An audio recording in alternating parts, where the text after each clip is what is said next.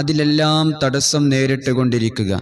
ഇങ്ങനെ ഒരു മനുഷ്യന്റെ ജീവിതം തടസ്സങ്ങൾ കൊണ്ട് വഴിമുട്ടുകയാണെങ്കിൽ ഇൻഷാ അല്ലാഹ് ഈ പറയുന്ന അമല് നമ്മുടെ ജീവിതത്തിൽ 21 ദിവസം നമ്മൾ പതിവാക്കുക.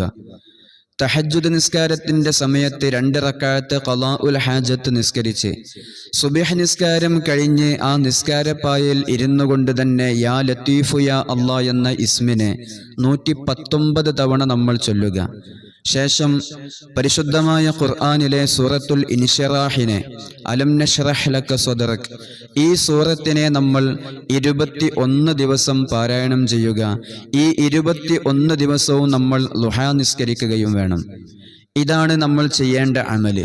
സുബ്ഹ് നിസ്കാരത്തിന്റെ തൊട്ടു മുമ്പായി 2 റക്അത്ത് ഖളാഉൽ ഹാജത്തിന്റെ നിസ്കാരം 21 നാൾ നമ്മൾ നിസ്കരിക്കുക.